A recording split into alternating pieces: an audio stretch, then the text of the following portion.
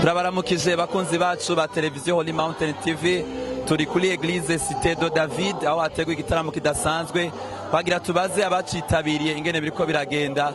Twebwe twamaze kubona yuko hari ubwiza bw'Imana, reka tubaze bamwe mu bitabiriye ico gikorwa. Holy Mountain TV.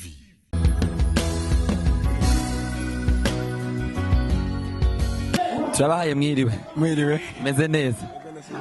Yego, tubasanze nga kuri Eglise Université de Dieu mugiteramo, mbega cyamaze gutangura, turabona watose, biriko bigenda gute? vraiment biriko bigenda neza cyane kandi Imana ari kumwe natwe, ibintu byose biriko biragenda mu buryo kandi mwe muyera ari kumwe natwe kuri mugoroba. Mbega ico mwamaze kuronka nikiye mwo sangiza bariko baradukurikirana? Vraiment ibyo namaze kuronka ni byinshi kuko jewe naje ngaha mbabara amaguru, ariko mu gihe twatangiye gutazira Imana niyumvise yuko amaguru yanje yakize, ndashima Imana kuri ibyo. Mu gutazira kwa washoye gukira? Ego nakize vraiment. Niki wohimiriza abandi kugira ngo baze baritabira ibiteramo nk'ibi? Vraiment mu ngoro y'Imana ariyo amahoro, mu ngoro y'Imana ariyo gukira, mu ngoro y'Imana ariyo inyishu mu bibazo by'iwacu byose dufite.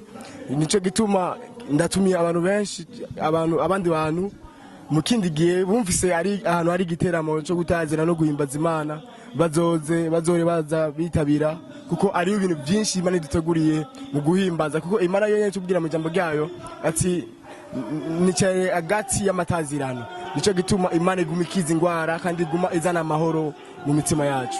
Turabashimiye cyane. Koze cyane. Ego. Holy Mountain TV.